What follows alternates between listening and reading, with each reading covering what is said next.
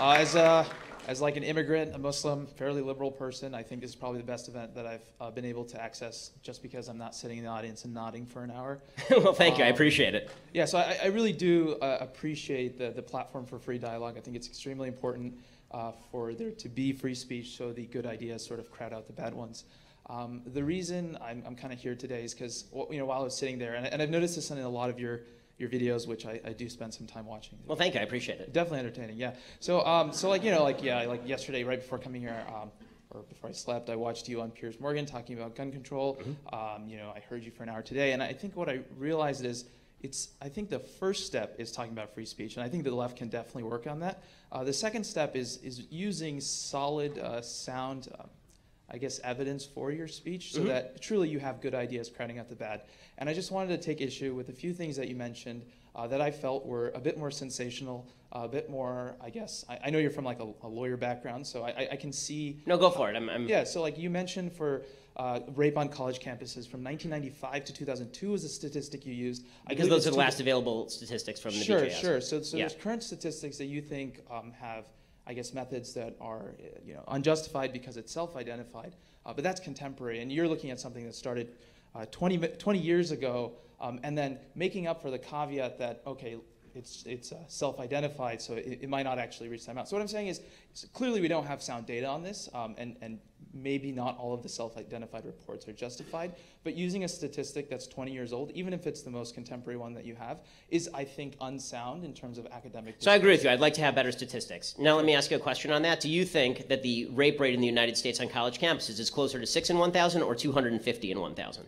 I definitely think it's somewhere in between, and I don't think I have. No, but I mean, like, if you had to try and peg a number. I mean, I understand that I'm putting you on the spot a little bit here. Sure. Yeah, I'd like to iterate. I'm not like a scientist or a statistician, and I don't claim to or posture to be, and I don't think you should either. If you don't have statistics, do you think that it has increased 10,000%? What I'm saying is, for you to criticize a certain community of using a statistic 1 out of 5 as sensational or ridiculous, because the people who actually created that statistic say that it's being misused. Sure, and you're using a statistic that's 20 years old.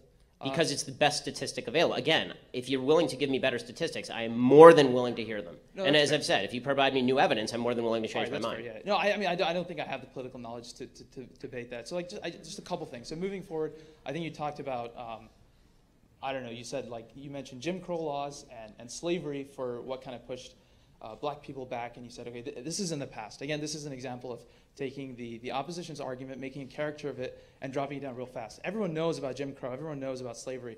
Not as many people know about, for example, redlining in Chicago in the 1960s that the CVL had to push out by 1964. These kinds of systems have been entrenched for years. I think most people have read Ta-Nehisi Coates' article on how this has developed a system of entrenchment for these communities. Even today, under Rahm Emanuel, who's a Democrat and I think is wrong, implements TIF increment financing that takes money out of western and southern Chicago and reappropriates them to places that don't really need it as much. Clearly there's a lack of funding. He closed 47 schools over the past years. What I'm basically trying to say is there's a lot of factors going on in these communities that are predominantly black, Hispanic, etc. And for you to simply say that, okay, Jim Crow happened 50 years ago, racism hasn't increased, is a bit, I think, again, insincere, because I don't believe that racism has, I do believe that racism has decreased, and we're saying the N-word less, sure, but I don't think that racism at a systemic level has decreased, because the same communities that were affected in the 1960s, those people are still alive. That's a wild accusation. I mean, I'm with you all the way up till the end. When you say there's a lot of complexity to these arguments, I agree. There's a lot of complexity to these arguments. Yeah, I'll tell you where there's no complexity, and that is the only way you are going to get out of the current problems that you are in is by relying on yourself to make good decisions. That's not to say that there aren't obstacles, and if there are obstacles that you can name, I'm more than happy to stand there and fight them with you. If you can show me evidence of redlining by a bank in which a black person and a white person are being treated unequally with exactly the same application, I will stand next to you and root for them to be prosecuted in court, because that's illegal under the Civil Rights Act. But if you're going to suggest that racism has not decreased over the last 50 years, it's just sort of hidden, there is no evidence to suggest that whatsoever. Sorry, I might have misspoke. So yeah, I agree with you. That was my bad. I don't think racism has increased. It's absolutely decreased. But I think that the institutions that existed 50 years ago haven't really vanished. The title character of the Atlantic story, Clyde Ross, I went to his house. You know, he is experiencing the same things that he experienced 50 years ago.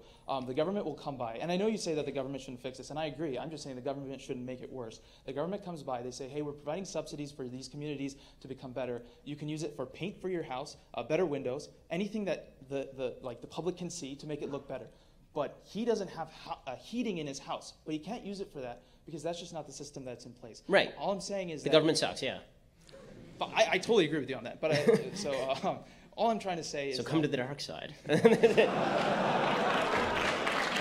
Yeah, I guess all I'm trying to say is I definitely agree that these are complicated. I think the left and the right, they take small points and they sensationalize them to create a political platform. I would just appreciate it, since you are a journalist and not a politician, to do the same kind of due diligence when you really offer input, because a lot of people listen to you, a lot of people respect your opinion. Well, okay, so again, the article that you're citing by Ta-Nehisi Coates, I haven't actually read that article, so I'm not going to claim knowledge of an article that you've read and I haven't. So I'll take your account of the situation for what it is, which is there's some guy who is apparently being victimized by the government because the government will only give him subsidies for X, Y, and Z, but he actually wants it for A, B, and C.